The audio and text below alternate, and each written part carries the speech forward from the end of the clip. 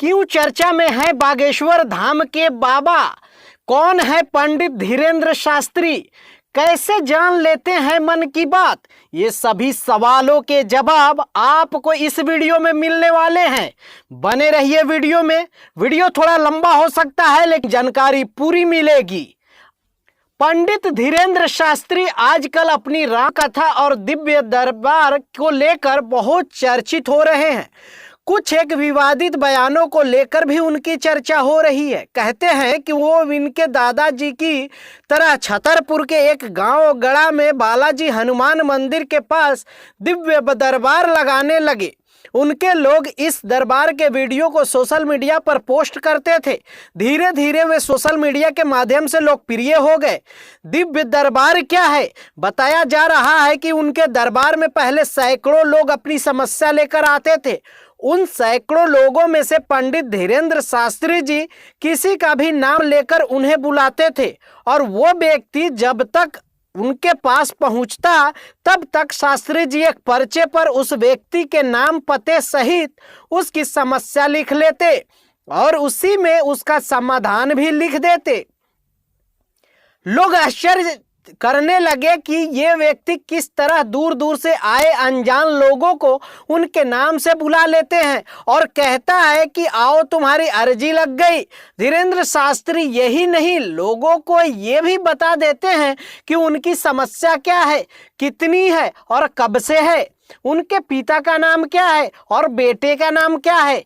कई मीडिया चैनलों वालों ने इस बात की पड़ताल भी की लेकिन वो ये रहस्य नहीं जान पाए कि आखिर ये व्यक्ति कैसे लोगों के मन की बात जान लेता है। छोटे से गांव गड़ा में जब सैकड़ों से हजारों और हजारों से लाखों लोग आने लगे तो धीरेंद्र शास्त्री जी ने दूसरे शहरों में जाकर दिव्य दरबार लगाना प्रारंभ कर दिया। इस पर उनका कहना है कि लाखों लोगों का पर्चा बनना असंभव है, इसीलिए अब हम खुद ही लोगों के पास जाकर उनके शहर में दरबार लगा लेते हैं ताकि लोगों की सुविधा हो। हमारा यह दरबार निःशुल्क है, इसकी किसी भी तरह से शुल्क नहीं लिया जाता है। मंदिर में ये राम कथा से हमें जो भी पैसा मिलता है हम उसे गरीब की बेटियों की शिक्षा और शादी में खर्च कर देते हैं। राम कथा के बारे में क्या जानकारी है? पंडित धीरेंद्र कृष्ण शास्त्री जब धीरे धीरे लोकप्रिय होने लगे तो अब वे राम कथा भी कहने लगे हैं। जगह जगह जाकर वे राम कथा कहते हैं और लोगों को हनुमान जी की भक्ति के करने के लिए प्रेरित करते हैं। राम कथा के दौरान ही वे कुछ ऐसा भी बोल जाते थे कि जिससे विवाद उत्पन्न हो जाता है। हाल ही में उन्होंने रामनवमी के जुलूस पर पत्थर फेंके जाने वाली घटना पर कड़ी प्रतिक्रिया देते हुए हिंदुओं को कहा कि जाग जाओ और एक हो जाओ। अगर तुम अभी नहीं जागे तो ये तुम्हें अपने गांव में भोगना पड़ेगा। इसीलिए निवेदन है कि सब हिंदू एक हो जाओ और पत्थर मारने वाले के घर पे बुलडोजर चलवाओ। हाल ही में पंडित धीरेंद्र कृष्ण शास्त्री जी ब्रिटेन गए हैं जहां उन्होंने ब्रिटिश सांसदों और वहां के भारतीय समुदाय के बीच राम कथा का वचन किया और प्रवचन भी दिए थे। अब उनकी लोकप्रियता देश में ही नहीं विदेश में भी फैल गई है। अब हम जानेंगे कि पंडित धीरेंद्र शास्त्री हैं कौन। पंडित धीरेंद्र कृष्ण शास्त्री जी का जन्म 4 जुलाई 1996 में छतरपुर जिले के छोटे से गांव ग्राम गड़ा में हुआ था। वे एक बहुत ही गरीब परिवार से संबंध रखते हैं। खुद धीरेंद्र शास्त्री अपने को एक दरबार में कहते हैं कि बचपन में उनके पास कभी कभार एक वक्त का भोजन भी नहीं मिलता था।